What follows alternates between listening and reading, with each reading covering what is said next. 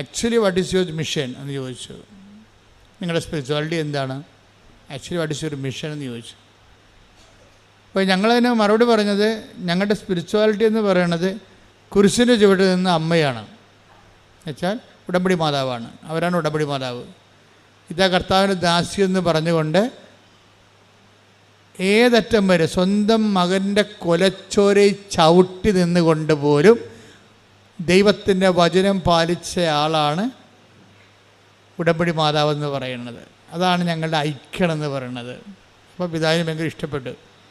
പിന്നെ പിതാവ് ചോദിച്ചു, വാട്ട് ഈസ് യുവർ മിഷൻ? നിങ്ങളുടെ മിഷൻ എന്താ? അപ്പോൾ ഞങ്ങൾ പറഞ്ഞ്, അത് ഞങ്ങളെ consecration of those who are Christ honouring persons. അതായത് ഞങ്ങൾക്ക് കോൺസെക്രേഷൻ ലൈഫുണ്ട്, അച്ഛന്മാർക്ക് കോൺസെക്രേഷൻ്റെ ലൈഫാണ്, സിസ്റ്റേഴ്സിന് കോൺസെക്രേറ്റഡ് ലൈഫാണ്.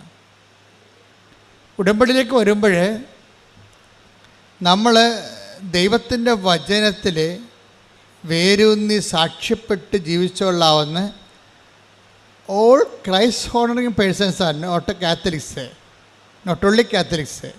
കാത്തലിക്സ് മാത്രമല്ല, നോൺ കാത്തലിക്സ് മാത്രമല്ല, ഹോൾ ക്രൈസ്റ്റ് ഹോണർ, ക്രൈസ്റ്റിനെ രക്ഷകനായിട്ട് മനസ്സിൽ ഹോണർ ചെയ്യുന്ന എല്ലാവരെയും കോൺസെക്രേറ്റ് ചെയ്യുക. അവർക്കൊരു കോൺസെക്രേറ്റ് ലൈഫ്, അവർക്ക് വിശുദ്ധ ജീവിതം, ഐക്യ ജീവിതം, സാക്ഷ്യ ജീവിതം പ്രദാനം ചെയ്യുകയാണ് ഞങ്ങളുടെ മിഷൻ എന്ന് പറഞ്ഞു. അപ്പോൾ ഇറ്റ് ഈസ് വെരി സിമ്പിൾ. അങ്ങനെ കേരള സഭയിൽ, ലോകസഭയിൽ അങ്ങനെ ഒരു മിഷൻ ഇല്ല. ശരിക്കും പ്രീച്ചിങ്ങൊക്കെ ഉണ്ട്, ഇവാഞ്ചലൈസേഷൻ ഉണ്ടെന്ന് പറഞ്ഞാലും ഒരു അതായത് ക്രൈസ്റ്റ് ഹോണറിങ് ആയിട്ടുള്ളൊരു പേഴ്സൺസിനെ എങ്ങനെയാണ് കോൺസെക്രേറ്റ് ചെയ്യുക, വചനാധിഷ്ഠിതമായി കോൺസെക്രേറ്റ് ചെയ്തിട്ട് അവരെ വചനത്തിൻ്റെ വിത്തിൻ നോ ടൈം അവരെ സാക്ഷികളാക്കി മാറ്റുന്ന ഭയങ്കരമായ ഒരു സംഭവമാണ് ഉടമ്പടി നടക്കുന്നത്. അപ്പം അത് നമ്മൾ അനുഭവങ്ങളിലൂടെ കണ്ട് മനസ്സിലാക്കിയതാണ്. ഓരോ ദിവസവും കണ്ടുകൊണ്ടിരിക്കുകയാണ്. അപ്പം അതുകൊണ്ട് തന്നെ എങ്ങനെയാണ് മനുഷ്യൻ കോൺസെക്രേറ്റ് ചെയ്യണത്? കോൺസെക്രേറ്റ് വെച്ച് കഴിഞ്ഞാൽ അവൻ വിശുദ്ധീകരിക്കുകയും ചെയ്യും, ശക്തീകരിക്കുകയും ചെയ്യും. ഒരേ സമയം തന്നെ മനുഷ്യൻ വിശുദ്ധീകരിക്കുമ്പോഴും ശക്തീകരിക്കുമ്പോഴും അവൻ എന്തായിട്ട് മാറും? അവന് ഒരു മനുഷ്യൻ ഉടമ്പടിയിലൂടെ എന്താ സംഭവിക്കണത്? വിശുദ്ധീകരിക്കുകയും ചെയ്യും, അപ്പം ശക്തീകരിക്കുകയും ചെയ്യാം. അപ്പം ശക്തീകരിക്കാൻ നമുക്ക് എന്ത് പറ്റും? അധികാരവും ബലവും ഉണ്ടാകും.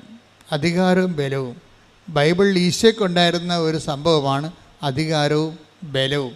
സത്താനെപ്പോലും അവൻ ശാസിച്ച് മാറ്റുമ്പോൾ ജനങ്ങളുടെ കമൻ്റ് അതാണ്. ലുക്കാൻ്റെ സുവിശേഷം 4:36 എടുത്ത്, എല്ലാവരും അത്ഭുതപ്പെട്ട് പരസ്പരം പറഞ്ഞു. എല്ലാവരും അത്ഭുതപ്പെട്ട് പരസ്പരം പറഞ്ഞു, എന്തൊരു വചനമാണിത്, ഇവൻ അധികാരത്തോടും ശക്തിയോടും കൂടെ അശുദ്ധാത്മാക്കളോട് കൽപ്പിക്കുകയും അവ വിട്ടുപോവുകയും ചെയ്യുന്നുവല്ലോ. ഇപ്പം അധികാരത്തോടും ശക്തിയോടും കൂടി കൽപ്പിക്കുകയും, ഇപ്പം വചനങ്ങൾക്കെല്ലാം അധികാരവും ശക്തിയും ലഭിക്കും. ഇത് ഒരു ഫ്രഷ് ഹാൻഡ്സിനെ പോലും പെട്ടെന്ന് അധികാരിയാക്കി മാറ്റും. ആത്മീയ അധികാരം ഉണ്ടാകും. ഒരു പുതിയ, ഇപ്പം നിങ്ങളൊരു ഉടമ്പടി എടുത്തിട്ട് 3 മാസമേ ആയുള്ളൂ. പക്ഷേ നിങ്ങൾ ഉടമ്പടിയോട് വിശ്വസ്തരാണെങ്കിൽ ചേർന്ന് നിൽക്കുന്നത് വിശ്വസ്തതയും, അവിശ്വസ്തത കാണിച്ചാൽ ചിതറിപ്പോകും. നമ്മൾ ഉടമ്പടിയുടെ പ്രശ്നം അതാണ്. ചേർന്ന് നിൽക്കുക, ദൈവത്തോട് ചേർന്ന് നിൽക്കണമെങ്കിൽ എല്ലാവർക്കും ആഗ്രഹം ഉണ്ടാവും അല്ലേ, ദൈവത്തോട് ചേർന്ന് നിൽക്കണമെന്ന്. ബൈബിളിൽ 2 ഇടയ്ക്ക് ലൂപ്പ് ഹോളില്ല. ഒന്നെങ്കിൽ ചിതറക്കപ്പെട്ടിട്ട് നിൽക്കാം, അല്ലെങ്കിൽ ചേർന്ന് നിൽക്കാം. 2 ഉള്ളൂ. ഇപ്പം ചേർന്ന് നിൽക്കുന്നത് വിശ്വസ്തതയും, ചിതറിക്കപ്പെടുന്നത് ഇപ്പോൾ നെഹേമിയ എന്തുകൊണ്ടാണ് അവിടെ ചിതറിപ്പോയെന്ന് പറയുന്നുണ്ട്. നെഹ്യം 1:8 എടുത്ത് ശ്രുതിക്കട്ടെ. ഹല്ലേലൂയ,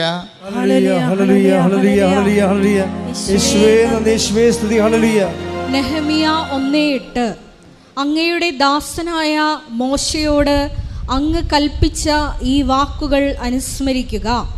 അവിശ്വസ്തത കാട്ടിയാൽ നിന്നെ ഞാൻ ജനതകൾക്കിടയിൽ ചിതറിക്കും. അല്ല, പ്രശ്നം അതാണ്. ചേർന്ന് നമുക്ക് ദൈവവുമായിട്ടുള്ള ഇടപാടിൽ രണ്ട് സാധ്യതയുള്ളത്. ഒന്നെങ്കിൽ ചേർന്ന് നിൽക്കാം, അല്ലെങ്കിൽ ചിതറിക്കപ്പെടാം.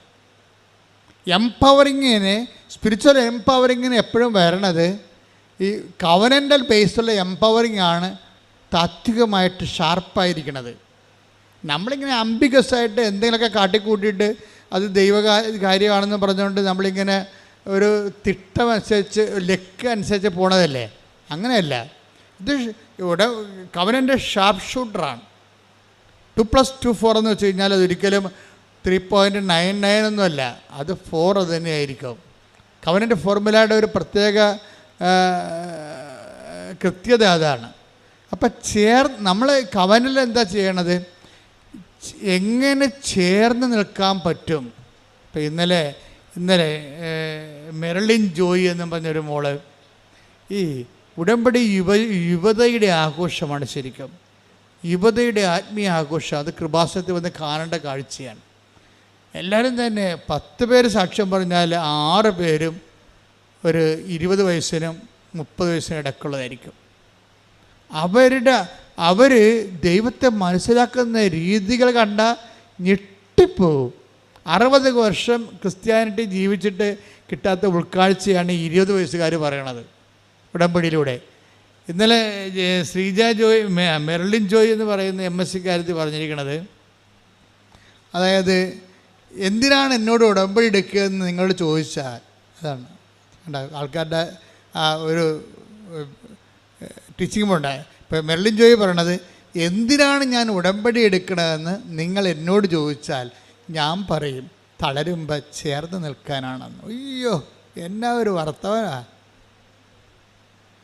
അപ്പോൾ അവൾ പറയും, ഞാൻ പഠിപ്പിക്കുന്ന സബ്ജക്റ്റ് ഉടമ്പടിയാണ്. ഞാൻ 4ാം ക്ലാസ്സിൽ 5ാം ക്ലാസ്സിൽ വേദപാഠം പഠിപ്പിച്ചിട്ടുണ്ട്. അന്ന് ഞാൻ പഠിപ്പിച്ച ഉടമ്പടിയാണ്. ഇപ്പം ഞാൻ +2-ലാണ് വേദപാഠം പഠിപ്പിക്കുന്നത്. ഞാനിപ്പോൾ പഠിപ്പിക്കുന്ന വിശ്വസ്തയെക്കുറിച്ചാണ് പഠിപ്പിക്കുന്നത്. എല്ലാം ഉടമ്പടിയാണ്. ഉടമ്പടി ജീവിച്ചിട്ട് അത് കുഞ്ഞുങ്ങളെ പഠിപ്പിച്ചു കൊടുക്കുകയാണ്. അപ്പോൾ ഈ നമ്മുടെ സീറോ മലബാർ സഭയിൽ 5ാം ക്ലാസ്സിൽ പഠിപ്പിക്കുന്ന ഉടമ്പടിയുടെ വേദപാഠവും 12ാം ക്ലാസ്സിൽ പഠിപ്പിക്കുന്ന വിശ്വസ്ത വേദപാഠവും മെർലിൻ പറയണത് ഇൻ്റർകണക്റ്റഡ് ആണത്. എൻ്റെ സബ്ജക്റ്റ് വൈസ് ഉടമ്പടിയാണ്. ഉടമ്പടിയെ സംബന്ധിച്ചിടത്തോളം മെർലിന് സുന്ദരമായിട്ട് പറയാൻ കാര്യം, ഉടമ്പടിയിൽ ജീവിക്കുകയാണ്. ഒരച്ഛനുമാകാതെ കന്യാസ്ത്രീയുമാകാതെ അവർ ഉടമ്പടിയിൽ അങ്ങ് ജീവിക്കുകയാണ്. അതാണ് ഞങ്ങൾ പറഞ്ഞ പിതാവിനോട്, whole consecrated life of all Christ honouring persons. ക്രൈസ്റ്റിനെ ഹോണർ ചെയ്യുന്ന എല്ലാവർക്കും ഒരു വിശുദ്ധ ചേർന്ന നിൽപ്പിൻ്റെ ജീവിതം. ഇവർ പറയുന്ന അവതരിപ്പിക്കുന്ന രീതി അതാണ്. എന്തിനാണ് ഉടമ്പടി എടുക്കണമെന്ന് ചോദിക്കുമ്പോൾ ഞാൻ പറയും, തളരുമ്പോൾ ചാരി നിൽക്കാൻ ഒരാൾ, അതാണ് എൻ്റെ ദൈവം. തളരുമ്പോൾ ചാരി നിൽക്കാൻ. അത് എന്ത് വല്ലാത്ത വെച്ചാൽ, അപ്പോൾ അത് തളർന്നു കഴിഞ്ഞാൽ ചാരി നിൽക്കുമ്പോൾ എന്ത് സംഭവിക്കണത്, അതിന് വിശ്വസ്തതയാണ് നമുക്ക് ആവശ്യം. ചിതറിപ്പോകാം, ചേർന്ന് നിൽക്കാം. ഉടമ്പടിയിലുണ്ടാകുന്ന നമ്മുടെ കയ്യിലാണ് എൻ്റെ താക്കോല് മൊത്തം ഇരിക്കുന്നത്.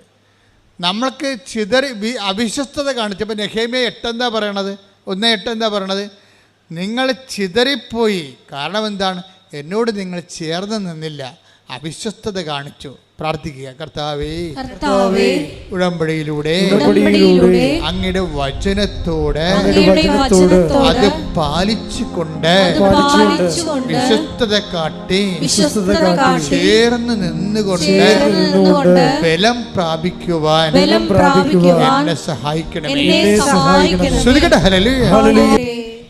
അതായത് കാലാവസ്ഥകൾ ദൈവത്തിൻ്റെ ഒരു പ്രത്യേകത എന്ന് വെച്ച് കഴിഞ്ഞാൽ, നിങ്ങൾക്കും എനിക്കുമൊക്കെ ഉണ്ടാകുന്ന കുറേ ബന്ധങ്ങൾ മനുഷ്യബന്ധങ്ങളല്ലേ. ഈ മനുഷ്യബന്ധങ്ങൾക്കുള്ള പ്രശ്നം വെച്ച് കഴിഞ്ഞാൽ മൂഡ് സ്വിങ്സ് ഭയങ്കരമാണ്. ഇപ്പം മൂഡ് ഔട്ട് എന്നൊക്കെ പറയുക, mood in, mood out, mood swings എന്ന് പറയണത്. മനുഷ്യബന്ധങ്ങൾക്ക് ഇങ്ങനെ മൂഡ് സ്വിങ്സ് ഉണ്ടാകും. രാവിലെ ഉണ്ടായിരുന്ന ഒരു ആംബിയൻസൻസ് അല്ല വൈകുന്നേരം ഉണ്ടാകുന്ന ആംബിയൻസ്. ഓരോ ഇഷ്യൂസ് ബേസ്ഡ് ആയിട്ട് ആംബിയൻസ് ചേഞ്ച് ചെയ്തുകൊണ്ടിരിക്കും. അതനുസരിച്ച് നമുക്കങ്ങനെയുള്ളൊരു ബന്ധത്തിൻ്റെ റിലേറ്റിവിറ്റിയാണ് നമുക്ക് ഫിഡലിറ്റിക്ക് അറിയാവുന്നത്. പക്ഷെ ദൈവവുമായിട്ടുള്ള പ്രശ്നം വെച്ച് കഴിഞ്ഞാൽ, നിനക്കെന്ത് മൂഡ് സ്വിങ്സ് ഉണ്ടായാലും ദൈവത്തിന് അത് ഉണ്ടാകത്തില്ല. അതുകൊണ്ടാണ് ദൈവം പറയണത്, നിങ്ങൾ അവിശ്വസ്തരായിരുന്നാലും ഞാൻ വിശ്വസ്തൻ. Take the word of God. ശ്രുതിക്കട്ടെ ഹല്ലേലൂയ. ഹല്ലേലൂയ ഹല്ലേലൂയ ഹല്ലേലൂയ ഹല്ലേലൂയ. യേശുവേ നന്ദി. ഹല്ലേലൂയ ഹല്ലേലൂയ. യേശുവേ ആരാധന ആരാധന ആരാധന. യേശുവേ നന്ദി. ഹല്ലേലൂയ ഹല്ലേലൂയ ഹല്ലേലൂയ ഹല്ലേലൂയ. മഹത്വം മഹത്വം ആരാധന ആരാധന. 2 തിമോഥെയോസ് 2:13. നാം അവിശ്വസ്തരായിരുന്നാലും നാം അവിശ്വസ്തരായിരുന്നാലും അവൻ വിശ്വസ്തനായിരിക്കും. എന്തെന്നാൽ തന്നെ തന്നെ നിഷേധിക്കുക അവന് സാധ്യമല്ല. ഇതാണ് സദ്വാർത്ത. ഇങ്ങനെയുള്ള 3 ലക്ഷത്തോളം വാക്കുകളാണ് ബൈബിളിലുള്ളത്. ബൈബിൾ ആകത്തുക, ബൈബിള് വായിച്ചാൽ ആൾക്കാർ കഴിഞ്ഞ ദിവസങ്ങളിൽ തറയപ്പിതാവിൻ്റെ പ്രസംഗം കേട്ടില്ലേ? അതായത് ബൈബിള് വായിക്കുമ്പോൾ നിങ്ങൾ ബൈബിള് നിങ്ങൾ കറക്റ്റായിട്ടാണ്. പിതാവ് പറയണത് നമ്മൾ ആരെയും തീവ്രവാദികളായിട്ട് സൃഷ്ടിക്കണില്ല. ബൈബിളിന് ആരെയും തീവ്രവാദികളായിട്ട് സൃഷ്ടിക്കാൻ പറ്റത്തില്ല.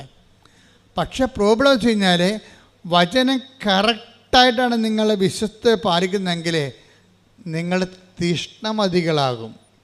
ഇപ്പോൾ വേദപാഠം തന്നെ സുവിശേഷ വിഹിതമായി കഴിഞ്ഞാൽ, കാര്യം മനുഷ്യൻ്റെ വചനത്തെക്കാൾ ഉപരി മനുഷ്യൻ്റെ അക്കാഡമിക് ക്വാളിഫിക്കേഷൻ്റെ ഒരു ബ്രില്യൻസാണ് പലപ്പോഴും വേദപാഠങ്ങളിൽ വരുന്നത്. അതുകൊണ്ടാണ് ആൾക്കാർക്ക് തീഷ്ണതയില്ലാത്തത്. തീഷ്ണത വേണമെന്നുണ്ടെങ്കിൽ അത് ഇവാഞ്ചലിക്കായിരിക്കണം. കാര്യം ദൈവത്തിൻ്റെ വചനം രക്ഷയിലേക്ക് നയിക്കുന്ന ദൈവത്തിൻ്റെ ശക്തിയാണ്. അപ്പം അധികാരവും ശക്തിയും എന്ന് പറയുമ്പോൾ അത് എവിടുന്നാണ് വരണത്? ഇവൻ്റെ വചനം. ഇപ്പം 4:36 നമ്മൾ കേട്ടില്ലേ?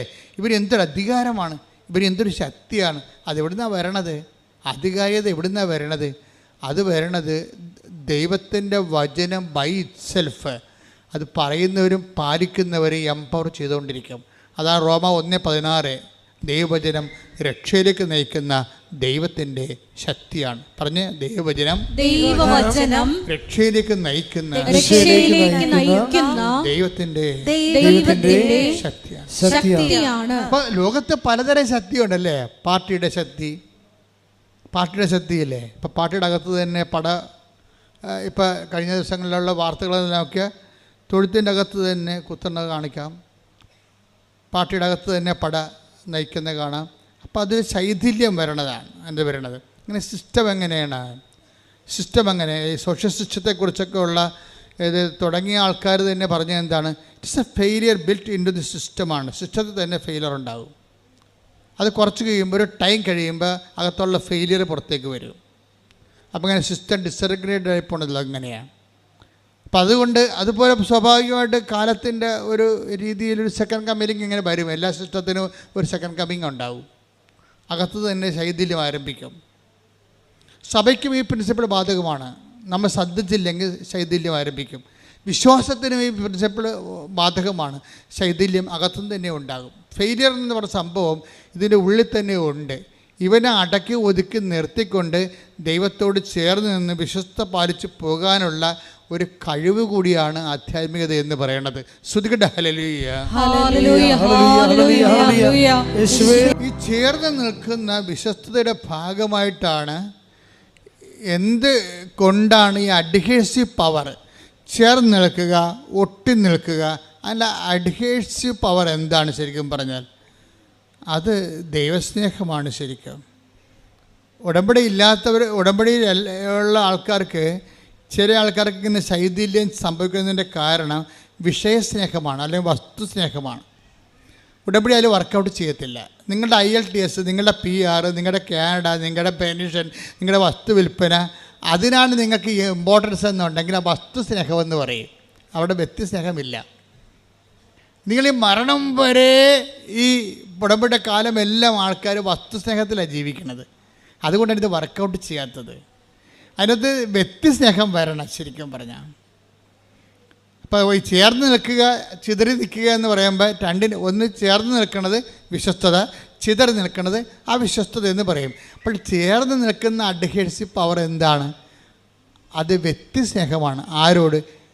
ദൈവത്തോടുള്ള വ്യക്തിസ്നേഹം. എന്തിനാണ് നീ ഉടമ്പടി എടുക്കണമെന്ന് ചോദിച്ചു കഴിഞ്ഞാൽ ഒറ്റ ശ്വാസത്തിൽ പറയണം, ദൈവത്തെ സ്നേഹിക്കാൻ. ഞാൻ ദൈവത്തെ സ്നേഹിച്ച് ജീവിക്കുന്ന ആളാണ്, പക്ഷേ ഇപ്പോഴൊരു ഉത്തരവാദിത്വത്തോടെ. ഇപ്പം പേരൻഹുഡ് പല രീതിയിലില്ലേ? പേരൻഹുഡ് ഒരു കുഞ്ഞ് വളർന്നു വരുന്നതിന് മുമ്പ് തന്നെ അടുത്തത് പ്രഗ്നൻ്റ് ആകണമെങ്കിൽ നിരുത്തരവാദിത്തരമായ ജന്മമാണത്. ഒരു കുഞ്ഞ് വളർന്നാലും മുലകുടി മാറുന്ന 3 മാസമായപ്പോൾ തന്നെ അമ്മ വീണ്ടും പ്രഗ്നൻ്റ് ആണെങ്കിൽ അതിന് ഇറസ്പോൺസിബിൾ പാരൻറ്ഹുഡ് എന്ന് പറയും.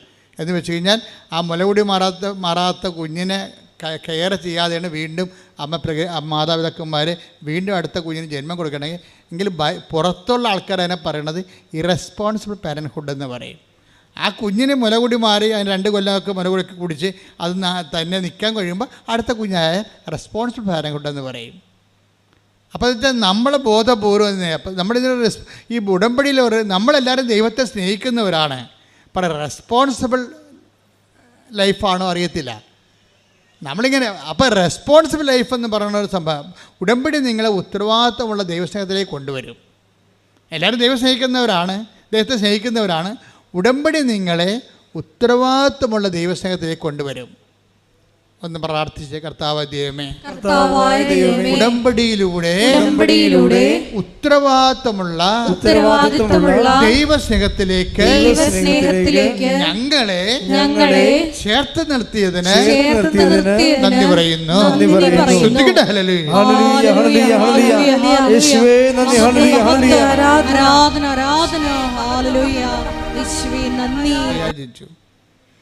ശ്രീ രജുവിൻ്റെ ചേർന്ന് നിൽപ്പിൻ്റെ ബയോളജി ഭയങ്കര ഹൃദ്യമാണ്. ശ്രീയ എന്ന് പറയുമ്പോൾ നിങ്ങൾക്ക് അറിയാമല്ലോ, ഇറ്റ്സ് നോൺ ക്രിസ്ത്യൻ ലേഡി. അവർക്ക് ആ കുഞ്ഞിന് അധികം വയസ്സില്ല, 22 വയസ്സ് 23 വയസ്സ് കാണുമായിരിക്കും. പക്ഷേ ഇവരുടെയൊക്കെ തങ്കം പോലുള്ള വാക്കുകളാണ് വായിന്ന് വരുന്നത്. അവരെന്നാ പറയണമെന്നറിയാമോ? അവർ പറയുന്നത്, ഞാൻ വീട് പണിയുമ്പോൾ ഒരു മുറി ഞാൻ കർത്താവിന് വേണ്ടി മാത്രം കൊടുക്കും. അതെന്തിനാ അപ്പോൾ വീട് പണിതുകൊണ്ടിരിക്കുകയാണ്, വീട് പണിപ്പോൾ 3/4 ഇപ്പോൾ ഇവിടെ പറയണത്, ഞാൻ വീട് പണിയുമ്പോൾ ഒരു മുറി കർത്താവിന് വേണ്ടി മാത്രം കൊടുക്കും. ആൾ ഉടമ്പടി മാതാവിൻ്റെ മധ്യസ്ഥല എടുത്തെങ്കിലും അവർക്ക് ബോധമുണ്ട് ഇത് കർത്താവിലേക്കാണ് പോകണമെന്നുള്ളത്. അത് ക്ലിയർ അല്ലേ? അപ്പോൾ എന്നിട്ട് അവൾ തന്നെത്താൻ പറയുന്നുണ്ട്, എന്തിനാണ് ഞാൻ ഈ കർത്താവിന് വേണ്ടി മുറി കൊടുക്കണമെന്നറിയാമോ? ആൾക്കാർ എന്നോട് ചോദിക്കും, ഞാനൊരു നോൺ ക്രിസ്ത്യൻ അല്ലേ, എന്തിനാണ് എൻ്റെ വീട്ടിൽ കർത്താവിൻ്റെ പടം വെച്ചിരിക്കണമെന്ന് ആൾക്കാർ ചോദിക്കത്തില്ലേ? അങ്ങനെ ആൾക്കാരെ കൊണ്ട് ചോദിപ്പിക്കാനാണെന്ന്. എന്തിനാണ്? അപ്പം ഞാൻ കർത്താവിനെക്കുറിച്ച് അവരോട് പറയും, ഈ വീട് എനിക്ക് കർത്താവ് തന്നതാണെന്ന്. എന്തൊരു ദൈവസ്നേഹമാണ്. ശ്രദ്ധിക്കട്ടെ. ഹല്ലേലൂയ. ഇപ്പം നിങ്ങൾക്ക് അതിൻ്റെ ഒരു ലൈൻ മനസ്സിലായില്ലേ? എത്ര പെട്ടെന്നാണ് ഈ ആൾക്കാർ ചേർന്നങ്ങടെ നിൽക്കണത്. കർത്താവുമായിട്ടൊക്കെ ചേർന്ന് നിൽക്കുകയല്ലേ, സ്നേഹത്തിൽ താൻ ചേർന്ന് നിൽക്കുന്ന. അവൻ എന്നോട് സ്നേഹത്തിൽ ചേർന്ന് നിൽക്കുന്നത് കൊണ്ട് ഞാനവനെ മാനിക്കും. സങ്കീർത്തകൻ്റെ വലിയൊരു ദൈവാനുഭവമാണ് ചേർന്ന് നിൽപ്പ്. Take the word of God. സങ്കീർത്തനം 91:14. അവൻ സ്നേഹത്തിൽ എന്നോട് ഒട്ടി നിൽക്കുന്നതിനാൽ. ദാറ്റ് ഈസ് എന്ന് പറഞ്ഞ് അവൻ സ്നേഹത്തിൽ എന്നോട് ഒട്ടി നിൽക്കുന്നത് കൊണ്ട് ഞാൻ അവനെ രക്ഷിക്കും. അവൻ എൻ്റെ നാമം അറിയുന്നത് കൊണ്ട് ഞാൻ അവനെ സംരക്ഷിക്കും. സംഭവം ഈ രക്ഷയും സംരക്ഷണവും വരണത് ചേർന്ന് നിൽപ്പിന്നാണ് വരണത്. നിങ്ങൾ ഉടമ്പടി എടുത്തിട്ട് അതിൻ്റെ സാങ്കേതികമായിട്ട് കുറച്ച് കാര്യങ്ങൾ കാട്ടിക്കൂട്ടി അത് അനുഷ്ഠാനമാക്കി മാറ്റിക്കഴിഞ്ഞാൽ വരണ്ട അനുഷ്ഠാനങ്ങളും വരണ്ട ആചാരങ്ങളും അനാചാരങ്ങളായി മാറും. ആചാരമില്ലേ? ഉടമ്പടി കുറേ ആചാരങ്ങളില്ലേ? ഉപ്പിടുമ്പോഴൊരു ആചാരമുണ്ട്, ഉടമ്പടി തൈലം തേക്കുമ്പോഴൊരു ആചാരമുണ്ട് ഇല്ലേ? ഉടമ്പടി തൈലം എടുത്താൽ അപ്പം തന്നെ ആചാരം ചെയ്യും. ഈ ആചാരം അർത്ഥമറിയാതെ ചെയ്താൽ എന്ത് പറ്റും? ആചാരത്തിന് എന്ത് പറ്റും? അതിനാണ് അനാചാരം എന്ന് പറയണത്. അർത്ഥമറിയാതെ ആചാരം ഒത്തിരി പേർക്ക് ചെയ്യുവേ, എന്തെല്ലാം കാര്യങ്ങൾ ആൾക്കാരെ കാട്ടിക്കൂട്ടുന്നു. അർത്ഥം അറിയാതെ ചെയ്യുന്ന ആചാരങ്ങൾക്ക് എന്താ വിചാരിക്കണത്? പറയണത് അനാചാരം എന്ന് പറയും.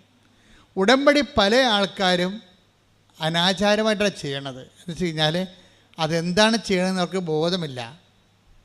അനാചാരം എന്ന് പറഞ്ഞ ആചാരം എന്ന് പറഞ്ഞ ഒരു ബോധമാണ്. അർത്ഥം അറിഞ്ഞ് ചെയ്യണം. ഇപ്പം തന്നെ ഈ ശ്രീജയുടെ കാര്യം തന്നെ എടുത്ത്, ശ്രീജയുടെ വീട് പണി നടന്നുകൊണ്ടിരിക്കുകയാണ്.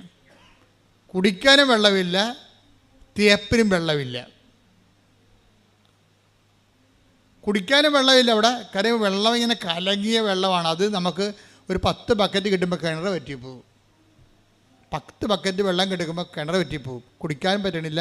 ഇപ്പോൾ ഉടമ്പടി ഇരിക്കുന്ന ഒരാളിൻ്റെ ജീവിതാനുഭവങ്ങളാണതേ. അപ്പോൾ കുടിക്കാനും വെള്ളമില്ല, വീട് തേക്കാനും വെള്ളമില്ല. അപ്പോൾ അവളെന്ത് ചെയ്യും? അവൾ കൊണ്ടുവന്ന ശേഷം ഉടമ്പടി ഉപ്പെടുത്ത്, നമുക്ക് ഉടമ്പടി ഒരു ജീവിതമാണല്ലോ. ഉടമ്പടി ഇരിക്കുന്നവർക്ക്, എനിക്ക് സത്യം പറഞ്ഞ് ഇതൊക്കെ ആദ്യം ഒറ്റ ശ്വാസത്തിൽ കർത്താവ് വെളിപ്പെടുത്തിയാണ്, ഒന്നും അഡീഷൻ ചെയ്തിട്ടില്ല. ഉടമ്പടി ബുക്ക് എഴുതണ ഒരു 72 മണിക്കൂറുണ്ട്. 75 പേജ് 72 മണിക്കൂർ കൊണ്ട് എഴുതണതാണ്. അതിൻ്റെ അകത്ത് വന്നിട്ടുള്ളതാണ് ഉടമ്പടി തൈലം. അതും തേനായിരുന്നു ആദ്യം അതിൻ്റെ അകത്ത് ഉണ്ടായിരുന്നത്. ഉടമ്പടി തൈലത്തിന് പകരം ഞാൻ തേനെന്ന് എഴുതിയിരിക്കണത്. തേനെന്ന് എഴുതിയപ്പോൾ തന്നെ ഒരു മനുഷ്യൻ ഇതിൻ്റെ അകത്ത് വന്നിട്ട് തേൻ നിറച്ച ആളെ തല്ലി. അയാളെന്നെ വിളിച്ച്, അച്ഛാ ഞാൻ തേൻ നിറച്ചുകൊണ്ടിരിക്കുന്ന സമയത്ത് ഒരാൾ വന്ന് എന്നെ തല്ലിയെന്ന് പറഞ്ഞ്. രതീഷാണ് അന്ന് തേൻ നിറക്കണം ആദ്യം. അപ്പം ഞാൻ പറഞ്ഞു, സാരമില്ല, നീ അത് തേൻ മാറ്റിയിട്ട് ഉടമ്പടി തേലുമാക്ക്, തല്ലിയ കാര്യം ഞാൻ മൈൻഡ് ചെയ്യില്ല, അത് കർത്താവിന് കാഴ്ച വെച്ചാൽ മതി എന്ന് പറഞ്ഞു. അത് നീ കർത്താവിന് കാഴ്ച വെച്ചാൽ മതി എന്ന് പറഞ്ഞ്. തേൻ മാറ്റാൻ കർത്താവ് പറഞ്ഞിരിക്കണമെന്ന്. തേൻ ബൈബിളിലുള്ളതല്ല, അത് ആശ്രയിച്ച് കൊടുക്കുന്നതാണ്. ഉടമ്പടി തൈലമാണ്. ഉടമ്പടി തൈലമാക്കാൻ വേണ്ടിയാണ് തല്ലുകൊണ്ടിരിക്കുന്നത്. അപ്പം തല്ലുകൊണ്ടുണ്ടാക്കിയതാണ് ഉടമ്പടി തൈലം. ആ 75 മണിക്കൂറിനുള്ളിൽ സംഭവിച്ച വിഷയങ്ങളാണത്. ഇതൊക്കെ തുടങ്ങി അതിനുശേഷം ഞങ്ങളൊന്നും ആഡ് ചെയ്തിട്ടില്ല. അത് ബുദ്ധിപരമായിട്ട് ഓരോ സംഭവങ്ങൾ ചിന്തിച്ച് ആലോചിച്ച് ഇവിടെ കമ്മിറ്റി കൂടി സെനറ്റ് കൂടി തീരുമാനിക്കണമല്ല സംഭവം. ഇവിടെ കോൺഫറൻസ് കൂടിയിട്ട് തീരുമാനിക്കണമല്ല, ചർച്ച ചെയ്ത് തീരുമാനിക്കണമല്ല. ഒറ്റയടിക്ക് വന്ന വെളിപാടുകളാണ്. ആ വെളിപാടുകൾ ഒന്നിൻ്റെ അകത്ത് ബൈബിൾ കണ്ടന്റ് ഇല്ലെന്ന് പറഞ്ഞപ്പോൾ കിട്ടിയ തല്ലാണ് കിട്ടിയിരിക്കണം ഞങ്ങൾക്ക്. മനസ്സിലായില്ലേ? അപ്പോൾ അതേ പ്രശ്നത്തിന് അതിൻ്റെ കാരണങ്ങളുണ്ട്. അയാളെ തല്ലാനുള്ള കാരണങ്ങൾ. അയാളുടെ തേൻ കച്ചവടം പുറത്ത് നടക്കണുണ്ടായിരുന്നു. അതാണ് സംഭവം. അതിന് പൂട്ട് വീഴുന്ന വിചാരിച്ചതിൻ്റെ പുള്ളിക്കാരൻ കാണിച്ചതാണ്. പക്ഷെ നമ്മൾക്ക് വിവേചനമുള്ളത് നമുക്ക് മനസ്സിലായി അതല്ല പ്രശ്നം. കർത്താവ് സംസാരിക്കണത് തേൻ തന്നെ മാറ്റാൻ പറയണത് കർത്താവ്. ഇതിനൊരു വിവേചനമാണ്. അവൻ്റെ കടുത്തേക്ക് കയറി അവനെതിരെ കൊണ്ടുപോയി ഹലാളാകണമല്ല പ്രശ്നം. ആ പാഠത്തിൻ്റെ അകത്തൊരു പാഠമുണ്ട്. അതറിയണമെങ്കിൽ ഒരു ജ്ഞാനവരം വേണം. ഉടമ്പടി നിശബ്ദതയുടെ പ്രാർത്ഥനയാണ്. ഉണ്ടായിട്ടുള്ളതിന് അവൻ മൂലമാണ്. അവനെ കൂടാതെ ഒന്നും ഉണ്ടായിട്ടില്ലെന്ന് പറഞ്ഞുകൊണ്ടാണ് ബൈബിൾ എഴുതപ്പെടുന്നത്. Take the word of God, യോഹന്നാൻ 1:3. ശ്രുതിക്കട്ടെ ഹല്ലേലൂയ. അവനെ കൂടാതെ ഉണ്ടായിട്ടില്ല, അപ്പം പോസിറ്റീവായാലും നെഗറ്റീവായാലും അതിൻ്റെ പിന്നിലെല്ലാം ദൈവത്തിൻ്റെ ഒരു പരിപാലനയുണ്ട്.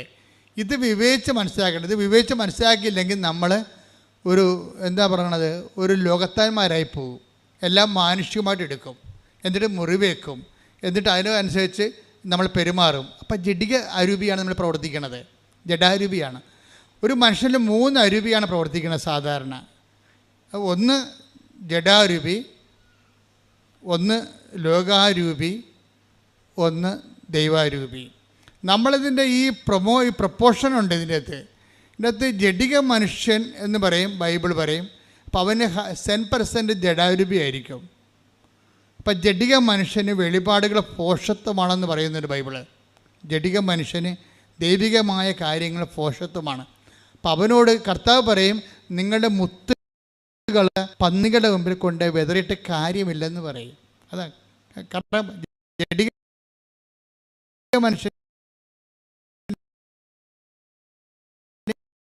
എല്ലാം നിങ്ങളിപ്പോൾ സംഭവിച്ചു, ഉടമ്പടി ഇങ്ങനെ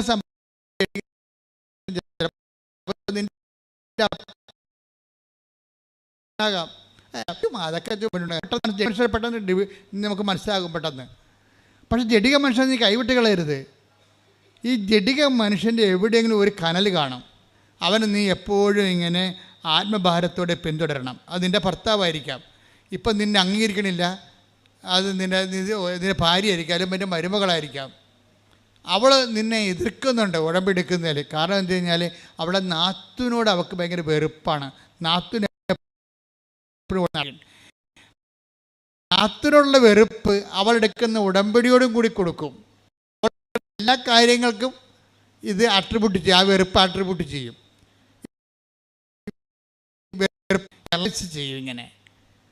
അപ്പം അതുകൊണ്ട് സ്വാഭാവികമായിട്ടും നീ ഫോളോ ചെയ്യണം. ഈ പിന്നെയും നമ്മൾ ഫോളോ ചെയ്യും. പത്രോസും യൂദാസും തമ്മിലുള്ള വ്യത്യാസം ഒന്ന്, കയ്യിൽ നിന്ന് വിട്ടുപോയപ്പോൾ കെട്ടിത്തൂങ്ങിയവനാണ് യൂദാസ്. കയ്യിൽ നിന്ന് വിട്ടുപോയപ്പോൾ പിന്നെ ഫോളോ ചെയ്ത ആളാണ് പത്രോസ്.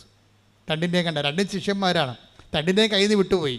ഒരാൾ നിങ്ങൾ ശ്രദ്ധിക്കണം, കർത്താവുമായിട്ടുള്ള ശിഷ്യത്വത്തിൻ്റെ യാത്രയിൽ ചിലപ്പോൾ സമയത്ത് ഈ നമ്മുടെ കയ്യിൽ നിന്ന് വിട്ടുപോകും.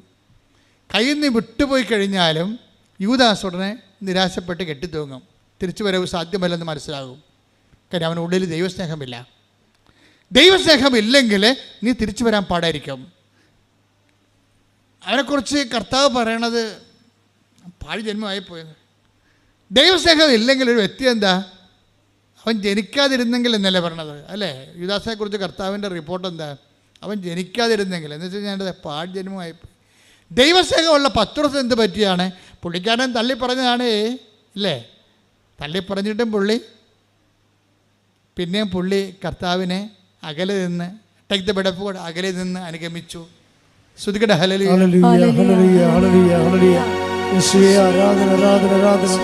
യേശുവേ നന്ദി, മഹത്വം മഹത്വം മഹത്വം മഹത്വം. ഹല്ലേലൂയ ഹല്ലേലൂയ ഹല്ലേലൂയ. യേശുവേ സ്തുതി. ഹല്ലേലൂയ ഹല്ലേലൂയ ഹല്ലേലൂയ. ലൂക്കാ 22:54. അവർ അവനെ പിടിച്ച് പ്രധാനാചാര്യന്റെ വീട്ടിലേക്ക് കൊണ്ടുപോയി പത്രോസ് അകലെയായി അവനെ അനുഗമിച്ചിരുന്നു. Praise the Lord. അതായത് ഇങ്ങനെയെല്ലാം സംഭവിച്ചു. പത്രോസിനെ ഡിസോൺ ചെയ്തതാണ് ക്രിസ്തു. ക്രിസ്തു തന്നെ ബൈപ്പേഴ്സ് നമ്മൾ ഡിസോൺ ചെയ്യുന്ന സമയമുണ്ട്. ബൈബിളിലുള്ളതാണ്, ആധ്യാത്മികതയിലുള്ളതാണ്. നിങ്ങളുടെ ഉടമ്പടി തന്നെ നിങ്ങൾ എത്ര കർക്കശമായിട്ട് ഉടമ്പടി ചെയ്താലും ദൈവം പിന്നെ നിങ്ങളെ ഡിസോൺ ചെയ്യും. അപ്പോൾ ഈ ആധ്യാത്മിക അകത്തുള്ള പാക്കേജിനെ കുറിച്ച് നമുക്ക് നല്ല ബോധം ഉണ്ടാകണം. ദൈവത്തിന് വേണ്ടി ചെയ്യുന്ന കാര്യങ്ങൾ തന്നെ നമുക്ക് കാലനായിട്ട് മാറും. കർത്താവിന് വേണ്ടി ചെയ്യുന്ന കാര്യങ്ങൾ തന്നെ നമ്മളൊക്കെ കാലനായിട്ട് മാറും. കർത്താവിനെ രക്ഷിക്കാൻ വേണ്ടിയാണ് 10 ദിവസം പാളൂരി വെട്ടിയത്, അല്ലാതെ അവൻ്റെ കുടുംബത്തെ രക്ഷിക്കാനും അവൻ്റെ പെണ്ണുമ്പിള്ളനെ രക്ഷിക്കാനും മക്കളെ രക്ഷിക്കാനും അല്ല. കർത്താവ് രക്ഷിക്കാനാണ് വാളൂരി വെട്ടിയത്. പക്ഷേ ആ ശത്രുക്കളുടെ മുമ്പിൽ നിന്നുകൊണ്ട് 10 ദിവസം കർത്താവ് എന്താ പറഞ്ഞത്, നിൻ്റെ വാള് ഉറയിലിടുക. അതാ സംഭവം. എന്നെ നീ വാളെടുത്തൊന്നും രക്ഷിക്കേണ്ട കാര്യമില്ല. ഡിസോൺ ചെയ്ത് വാള് കർത്താവിന് വന്നിരിക്കുന്ന പ്രശ്നത്തിൽ ആ ഒറ്റ വർത്തമാനത്തിൽ 10-200 പേര് വടിവാളം കൊണ്ട് നിൽക്കുകയല്ലേ. പന്തങ്ങളും വിളക്കുകളും കുന്തങ്ങളുമായിട്ട് അവർ വന്നിരിക്കണമല്ല കക്ഷിയിൽ. ആ മുമ്പിലാണ് നിന്നുകൊണ്ടാണ് വാൾ ഉറയിടാൻ പറയുമ്പോഴേ പത്രോസ് നിരായുധനായി പോകും. നിൻ്റെ ദൈവത്തെ പ്രതിയുള്ള നിൻ്റെ ക്ഷമ, ദൈവത്തെ പ്രതിയുള്ള നിൻ്റെ സഹനം നിന്നെ ഭൗതികമായിട്ട് നിരായുധീകരനാക്കും. നിൻ്റെ പണം എന്ത് ഉടമ്പടിയെടുത്ത് എന്ത് പറ്റി? കുറേ പൈസ നഷ്ടപ്പെട്ടു. ഉടമ്പടിയെടുത്ത് എന്ത് പറ്റി? കുറേ ആൾക്കാരുടെ മുമ്പിൽ നാണം കെട്ടു. ഉടമ്പടിയെടുത്തിട്ട് എന്ത് പറ്റി? കുറേ കാര്യങ്ങൾ പഴയ നമ്മളെ കാണുമ്പോൾ ആൾക്കാർക്കൊരു വില ഉണ്ടായിരുന്നു, ഇപ്പോൾ ഒരു വിലയില്ല. അവിടെ ഒരു 10 ജീവിയാണ്. ക്രിക്കറ്റ് കുത്തിയാലും മിണ്ടത്തില്ല. പിന്നെ എന്നാ പ്രശ്നം? മുമ്പത്തെക്കാളും നമ്മുടെ സ്റ്റാറ്റസ് പോയി. ലോ സ്റ്റാറ്റിസ്റ്റിക് എന്നുള്ളത് ഉടമ്പടിയുടെ പ്രധാനപ്പെട്ട പ്രഖ്യാപിതമായ പ്രയോഗ വിഷയമാണ്. നമ്മൾ ഉടമ്പടിയിൽ ഒരു സെക്കൻഡ് പൗരനായിട്ട് മാറും കുടുംബത്തിൽ. പണ്ട് നമ്മുടെ പേര് കേട്ട് കഴിഞ്ഞാൽ നമ്മളില്ലെങ്കിലും നമ്മളുടെ കാപ്പി എടുത്താലും കുടിക്കത്തില്ലായിരുന്നു. കുഞ്ഞുങ്ങൾ പോലും കുടി. നമ്മളിൽ അവിടെ ഇല്ലെന്ന് വിചാരിച്ചോ, നമുക്ക് വേണ്ടി മാറ്റി വെച്ചേക്കുന്നത് 4 മണിക്ക് കാപ്പിയാണ്. നമ്മുടെ ആരെടുത്ത് കുടിക്കത്തില്ല. എന്താ കാര്യം? നമ്മുടെ സ്വഭാവം അറിയാം. അടി മോന്തക്കിട്ട് പാർസൽ കിട്ടുമെന്നറിയാം. അടി മോന്തക്കിട്ട് പാർസൽ കിട്ടുമെന്നറിയാം. അതുകൊണ്ട് നമ്മൾ ആ രാജ്യത്തില്ലെങ്കിൽ പോലും നമ്മുടെ കാപ്പി അവിടെ തന്നെ ഇരിക്കും. ഇപ്പോൾ നമ്മൾ ഉടമ്പടി എടുത്തപ്പോൾ അറിയാം, അമ്മ ക്ഷമിച്ചു, ആൻറ്റി ക്ഷമിച്ചോളൂ എന്ന് പറഞ്ഞാൽ അവനെടുത്ത് കുടിക്കും. അത് നാട്ടുണ്ട്. നമ്മളവിടെ വാക്കിന് നമ്മുടെ സാന്നിധ്യത്തെ പോലും നമുക്ക് വിലയില്ലാതായി മാറുന്നു. ആരെപ്രതിയാണ് നീ ഇങ്ങനെ വിലയില്ലാണ്ടായത്? നമ്മളെല്ലാവരെയും പ്രതി വിലയില്ലാണ്ടായവൻ്റെ നാമത്തിലാണ്. ശ്രുതിക്കട്ടെ ഹല്ലേലൂയ ഹല്ലേലൂയ ഹല്ലേലൂയ ഹല്ലേലൂയ. ക്രിസ്തുവിനെ പ്രതി എല്ലാം ഉപേക്ഷിക്കുവാൻ, നിന്നെ മാത്രം അനുഗമിക്കുവാൻ ആരാധനയോടെ ഞങ്ങളെ അഭിഷേകിക്കുന്നു.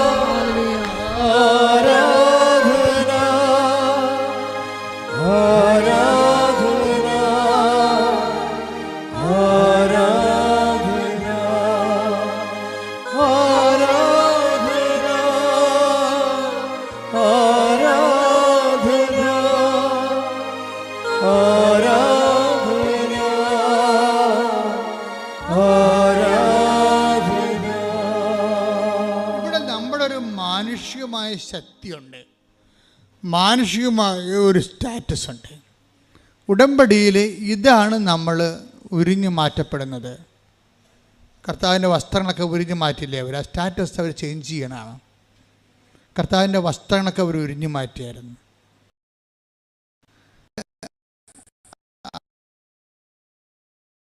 അർത്ഥം ഇവൻ്റെ സ്റ്റാറ്റസ് ലോ ചെയ്യും.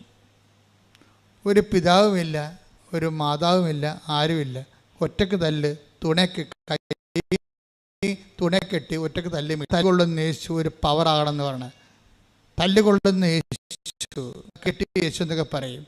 അപ്പോൾ നമ്മളൊക്കെ കൈകെട്ടി യേശുവല്ലേ, നമ്മളാ കൈകെട്ടിയിരിക്കണേ, പിന്നെ യേശുവിനെ കാണുമ്പോൾ അതായത് മനുഷ്യൻ്റെ പവറിൽ നിന്ന് മാറിയിട്ട് ഡിവൈൻ പവർ സ്വീകരിക്കുന്ന സമയത്ത് സ്റ്റാറ്റസ് ലോ ചെയ്യുന്നുണ്ട്. ഉടമ്പടിയിൽ സ്റ്റാറ്റസ് ലോ ചെയ്യുന്ന ഒത്തിരിയേറെ ഘടകങ്ങളുണ്ട്. ഉടമ്പടിയുടെ പ്രയോഗത്തിൽ നിനക്ക് സ്റ്റാറ്റസ് ലോ ചെയ്യേണ്ടി വരും. നിൻ്റെ ഉടുപ്പുകൾ ഉരിഞ്ഞു മാറ്റപ്പെടുന്നു. എന്നിട്ട് മറ്റുള്ളവരുടെ മുമ്പ് നീ ചെറുതാകുന്നു, കൊച്ചാകുന്നു. നിനക്ക് പണ്ടുണ്ടായിരുന്ന വിലയില്ലാണ്ടാകുന്നു. ഈ വിലയില്ലാണ്ടാകണത് ഒരു കൃപയുടെയും മഹത്വത്തിൻ്റെയൊക്കെ വഴികളിലൂടെയുള്ള ഈ മാനുഷികമായിട്ടുള്ള കുറേ സ്റ്റാറ്റസുകൾ. അവൻ പ്രകൃതിയ ദൈവമായിരിക്കും, ദൈവത്തിന്റെ രൂപത്തിലായിരുന്നെങ്കിലും അവൻ ദൈവവുമായുള്ള സമാനത നിലനിർത്തേണ്ട ഒരു കാര്യമായി പരിഗണിച്ചില്ല. തന്നെ തന്നെ ശൂന്യനാക്കിക്കൊണ്ട് ദാസന്റെ രൂപം സ്വീകരിച്ച് മനുഷ്യരുടെ സാദൃശ്യത്തിൽ ആയിത്തീർന്ന് ആകൃതിയിൽ മനുഷ്യനെ പോലെ കാണപ്പെട്ടു. ക്രിസ്തു എങ്ങനെയാണ് മഹത്വം പ്രാപിച്ചത്? അതേ പ്രോസസ് ആൻഡ് ഫോർമുലയാണ് ഉടമ്പടി ലോ സ്റ്റാറ്റസിന് വരണത്. അപ്പോൾ നിങ്ങൾ അതുപോലെ തന്നെ ഇരുന്നു കൊണ്ട് മെയ്യനങ്ങാതെ ഉടമ്പടി ചെയ്യാമെന്ന് വെച്ചാൽ നടക്കത്തില്ല. ഉടമ്പടി സത്യത്തിൻ്റെ പ്രാർത്ഥനയാണ്, സത്യത്തിൻ്റെ ജീവിതമാണത്.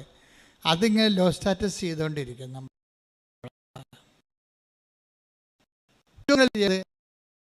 പറഞ്ഞ എന്താ അറിയാവോ, എനിക്ക് ആൾക്കാരെ കാണില്ല, എനിക്ക് ക്രിസ്തുവിനെ കുറിച്ച്. ഞാൻ വേദപാഠ അധ്യാപകയാണ്. പക്ഷേ എനിക്ക് പൊതുജനങ്ങളെ കൺവിൻസ് ക്രിസ്തുവിനെക്കുറിച്ച് പറഞ്ഞ് എനിക്ക് പറയണമെന്ന് ഭയങ്കര ആഗ്രഹമാണ് ക്രിസ്തുവിനെക്കുറിച്ച്. പക്ഷെ എനിക്ക് അവരെ കൺവിൻസ് ചെയ്യാൻ പറ്റണില്ല. എന്താണ്, അവരെ ബോധ്യത്തിലെടുക്കാൻ പറ്റണില്ല. സോ ഞാൻ എന്ത് ചെയ്യും, വില്ലെന്ന് വെച്ച് കഴിഞ്ഞാൽ ഒരു ആധ്യാത്മിക വില്ലനാണ്. ഒന്നിലും കോസാത്ത, ഒന്നിലും പതറാത്ത ഒരു മനുഷ്യൻ. 40 കൊല്ലം ഓട്ടോറിക്ഷ തൊഴിലാളിയാണ് പപ്പ. അവളുടെ മകനാണ്. പപ്പ ഇന്നലെ വന്നിട്ടുണ്ടായിരുന്നു. പപ്പ പറഞ്ഞ കാട്ട് കഴിഞ്ഞാൽ അതിനേക്കാൾ ഞെട്ട് നമ്മൾ. പപ്പയ്ക്ക് ഇങ്ങനെ ഒരു മകൾ ജനിക്കാനേ സാധ്യതയുള്ളൂ. പപ്പ 40 വർഷം ഓട്ടോറിക്ഷ തൊഴിലാളിയാണ്. ഇപ്പോഴും ഓട്ടോറിക്ഷ ഓടിച്ചിട്ടുണ്ടെങ്കിൽ കുഞ്ഞുങ്ങളെ പഠിപ്പിക്കണം.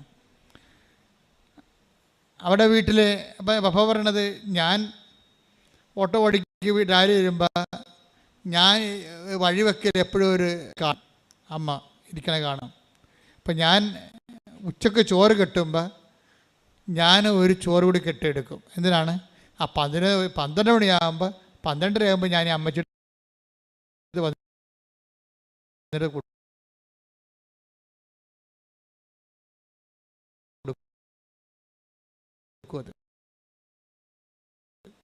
എനിക്ക് സാമ്പത്തികമായ ഒരു ക്ലേശം പഠിപ്പിക്കണം, കുടുംബക്കാരും നോക്കണുണ്ട്. അവർ അതറിയില്ല. ഓട്ടോറിക്ഷയുടെ വരുമാനം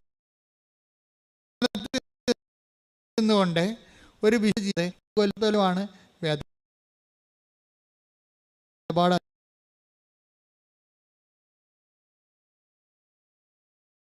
അധ്യാപകനാണെന്ന്. ചിലർ വിചാരിക്കുകയെ നമ്മുടെ ജോലിയല്ല, നമ്മൾ ഒരു പണിയും ഇല്ലാത്തവരാണ് പള്ളിയിൽ പോയി പണി ചെയ്യണത്. അല്ലെങ്കിൽ അവർക്കൊക്കെ തിന്നാനുണ്ടാവും വീട്ടിൽ ചെല്ലുമ്പോൾ. അവർക്ക് പള്ളിയിൽ പോയി പണി ചെയ്താൽ എന്താ കുഴപ്പം? എല്ലാവരും അങ്ങനെ വിചാരിക്കണത്. അവർക്ക് വീട്ടിൽ ചെല്ലുമ്പോൾ ഇപ്പോൾ ഭാര്യ ഭർത്താക്കന്മാരും വേറെ ആൾക്കാർ ജോലി പള്ളിയിൽ ശുശ്രൂഷ ചെയ്യുമ്പോൾ നിങ്ങൾക്കറിയാമല്ലോ, ഈ ഉടമ്പടിയുടെ ലക്ഷ്യം തന്നെ എന്താണ്? നിങ്ങളെ പള്ളിയോടെ അടുപ്പിക്കുക എന്നുള്ളതാണ്. നിങ്ങളെ പള്ളിയോടെ കൂദാശകളാണെന്ന് പറയും, നിങ്ങൾ സ്വന്തം വികാരിച്ചെടുത്ത് കുമ്പസാരിക്കാൻ പറയും.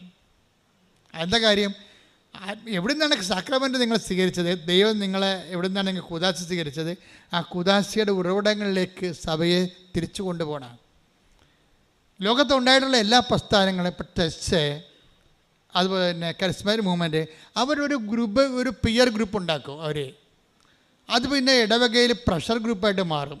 തന്നെയല്ല, അവർക്ക് ആവശ്യമില്ലാത്ത എത്രയോ വർഷം ഇരുന്ന ആളാണ്. അപ്പോൾ ഇങ്ങനെയുള്ള പ്രസ്ഥാനങ്ങൾ വരുമ്പോൾ അവരുടെ ഒരു ഗ്രൂപ്പാണ് ഇടവക വർക്ക് ചെയ്യണത്. ആ ഗ്രൂപ്പാകുമ്പോൾ അവർ തന്നെത്താൻ ചിന്തിക്കണത്, ഇപ്പോൾ കാറ്റഗോമിയൻസ് ഉൾപ്പെടെയുള്ളവരും അവൻ്റെ ഉള്ളിലുള്ള അഹംബോധം എന്താണ്, അവർ നോട്ട് ഓർഡിനറി ക്രിസ്ത്യൻസ്, ഞങ്ങൾ അവരെ മറ്റുള്ളവരെക്കാൾ എന്തോ പുതിയ ആൾക്കാരാണ്, വലിയ ആൾക്കാരാണെന്നുള്ള ബോധം ഉണ്ടാകും.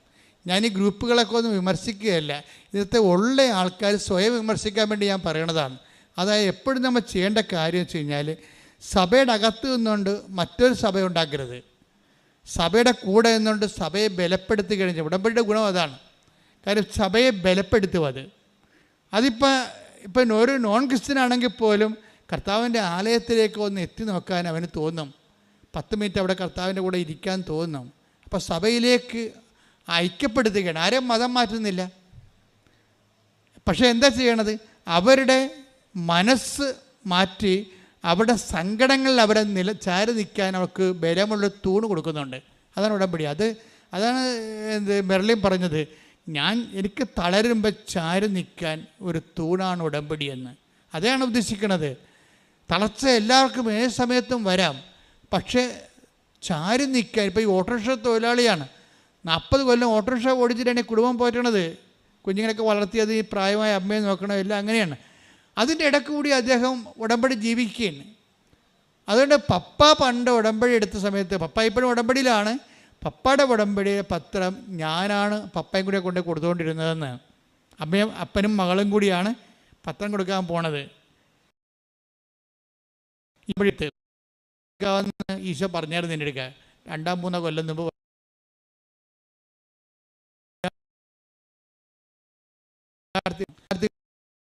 കാലമാണ്. അവർ കർത്താവിലേക്ക് വന്നാൽ മറ്റ് 10 മനുഷ്യർ വന്നേക്ക പവറായിരിക്കും. എന്താ കാര്യം, അവർക്ക് വിദ്യാഭ്യാസമുണ്ട്, കാഴ്ചപ്പാടുണ്ട്, ലോകത്തിൻ്റെ വെല്ലുവിളികൾക്ക് പ്രതിരോധിക്കാനുള്ള വിശ്വാസത്തിൻ്റെ ബലം അവർക്ക് ലഭിക്കുന്നുണ്ട്. അങ്ങനെ എത്രയോ വലിയ സാക്ഷികളാണ് ഇപ്പോൾ ഉണ്ടായിരിക്കുന്നത്. അപ്പം അതിൻ്റെ എപ്പോഴും നമ്മൾ ശ്രദ്ധിക്കേണ്ടത്, ഇപ്പം ഈ പത്രം കൊടുക്കുമ്പോൾ ഡാറ്റസ് ലോയിങ് ഉണ്ട്. അത് നിങ്ങൾ ഒരിക്കലും തുമ്പിയെ കൊണ്ട് കല്ലെടുപ്പിക്കണ പോലെ ചെയ്യരുത്, കൊടുപ്പിക്കരുത്, ചോരരുത്. ഇതിന് അഭിമാനത്തോടെ, കർത്താവിൻ്റെ നാമത്തിൽ അഭിമാനത്തോടെ നിങ്ങളിത് കൊണ്ടേ കൊടുക്കണം. എനിക്ക് എന്താണ്, ഞാനിപ്പോൾ ആൾക്കാരൊന്നും കാണത്തില്ല. കാണണമെങ്കിൽ എന്ത് ചെയ്യും, എനിക്കറിയാം ഈ ഉടമ്പടി. ഇപ്പം ഞാൻ ആൾക്കാരെ എന്തിനാണ് കാണുന്നത്? കാര്യം ഉടമ്പടി എന്ന് പറയുന്ന ദൈവികമായ സംവിധാനം വൃത്തിയും മെനയുമായിട്ട് ചെയ്യാൻ വേണ്ടി ഞാൻ അവരെ പരിശീലിപ്പിച്ചാൽ മതി. അത് വൃത്തിയും മെനയുമായിട്ട് അവരെ പരിശീലിപ്പിച്ച് കഴിഞ്ഞാൽ ഒരു അച്ഛനും കപ്പനും ആൾക്കാർ കാണേണ്ട കാര്യമില്ല. ആൾക്കാർ തന്നെ ദൈവത്തെ നേരിട്ട് കണ്ടോളൂ. അതിൻ്റെ സാക്ഷ്യങ്ങളല്ലേ നമ്മൾ കേൾക്കണത്. ഞാൻ കണ്ട ആൾക്കാരാണ് ഈ സാക്ഷ്യം പറയണതെല്ലാം. കാണാത്ത ആൾക്കാരാണ് 90% സാക്ഷ്യം പറയണത്. എന്താണ്, ആ ഉടമ്പടി അവർ വിശ്വസ്തയായിരുന്നു. പിന്നെ ഞാൻ കാണുന്നത് വെച്ചാൽ ഹൈലി ഇൻഫ്ലേമബിൾ ആയിട്ടുള്ള സിറ്റുവേഷൻസ് ഉണ്ട്. നാളെ അടുത്ത ആഴ്ച ജപ്തിയാണ്, അവരെ ഞാൻ കാണും. അടുത്ത ആഴ്ച ക്യാൻസർ ഓപ്പറേഷനാണ്, അവരെ ഞാൻ കാണും. പ്രഗ്നൻ്റ് ആയിട്ട് ഡോക്ടർ പറഞ്ഞ് കുഞ്ഞിന് കുഴപ്പമുണ്ട്, ഒന്നെങ്കിൽ തള്ളയെ കിട്ടും അല്ലെങ്കിൽ കുഞ്ഞിനെ കിട്ടുമെന്ന് പറയുമ്പോൾ അവരെ ഞാൻ കാണും. എന്താ കാര്യം, അങ്ങനെ പറയണത് അന്തിമ തീരുമാനം ആരാ പറയേണ്ടത്? ഡോക്ടറല്ല, ഈശോയല്ലേ പറയേണ്ടത്. തള്ളയും കുഞ്ഞും കിട്ടാൻ വേണ്ടിയല്ല കുഞ്ഞിനെ പ്രഗ്നൻ്റ് അല്ല, അവളെ കൊന്നിട്ട് കൊച്ചിനെ എടുക്കാൻ വേണ്ടിയാണ്, അല്ലെങ്കിൽ കൊച്ചിനെ കൊന്നിട്ട് അവളെ എടുക്കാനാണ് അവളെ പ്രഗ്നൻ്റ് ആക്കിയ ദൈവം അല്ല. അപ്പോൾ ദൈവത്തിൻ്റെ ആ കുഞ്ഞിനെ കൊടുത്തപ്പോൾ തള്ളയുടെ സെക്യൂരിറ്റി ഉണ്ട്, അല്ലെങ്കിൽ കുഞ്ഞിൻ്റെ സെക്യൂരിറ്റി ഉണ്ട്. രണ്ടിൻ്റെ സെക്യൂരിറ്റിയിലാണ് ദൈവം അനുഗ്രഹം കൊടുത്തിരിക്കുന്നത്. അത് കൊടുക്കാനുള്ള സ്ഥലമാണ് അൾത്താർ. അങ്ങനെയുള്ളവരെ കാണും. അവരെ കാണാൻ വേണ്ടി അധികം പണിയൊന്നുമില്ല നമുക്ക്. അവളുടെ പ്രഗ്നൻസി റിപ്പോർട്ട് കൊണ്ടുവന്ന് മാതാവിൻ്റെ അടുത്ത് കൊടുത്തു. ഇതാ റിപ്പോർട്ട്, ഡോക്ടർ ഇങ്ങനെ പറഞ്ഞിരിക്കുന്നത്, നിൻ്റെ ഉത്തരവാദിത്തമാണ് 2 ഇവിടെ കൊണ്ടുവരിക എന്നുള്ളത്. അപ്പോൾ ഞാൻ അവളോട് പറയും, നീ പ്രസവിച്ച കുഞ്ഞിനെയും കൊണ്ട് അമ്മയുടെ മുമ്പിൽ വന്നിരിക്കും. അത് അധികാരമാണത്. എന്താ കാര്യം, അത് കർത്താവിൽ ഞാൻ ആശിക്കണതാണ്. കർത്താവിൽ ആശിക്കാൻ വേണ്ടി തന്നെയാണ് പട്ടം വാങ്ങിച്ചിരിക്കുന്നത്. കർത്താവിൽ ഇങ്ങനെ തളർന്നവനെ താങ്ങി നിർത്താനും മുറിവേറ്റനെ വെച്ച് കെട്ടാൻ വേണ്ടിയാണ് പട്ടം മേടിച്ചിരിക്കുന്നത്. എനിക്ക് പട്ടം കിട്ടി കാലം മുതൽ പട്ടത്തെക്കുറിച്ച് നല്ല ബോധമുണ്ട്. അതുകൊണ്ട് ഞാൻ ഇപ്പോഴും പട്ടം പറഞ്ഞാൽ പ്രാർത്ഥിക്കണത്. കർത്താവേ, 38 വർഷത്തെ കൃപാന ജീവിതത്തിൻ്റെ ആസ്തിയിലാണ് പ്രാർത്ഥിക്കുന്നത്. ഞാൻ അച്ഛനാകുന്നതിന് മുമ്പ് തന്നെ പഠിക്കണ കാലത്ത് തന്നെ 2.5 മണിക്കൂർ വെച്ച് രാത്രി കർത്താവിൻ്റെ മുമ്പ് നിന്നാണ് പ്രാർത്ഥിച്ച് പട്ടം മേടിച്ചിരിക്കണേ. പട്ടം കിട്ടിയതിന് ഞാൻ ദൈവത്തോട് നന്ദി പറയുന്നതാണ്. അതുകൊണ്ട് തന്നെ ഒരു വിഷയം ഉണ്ടായ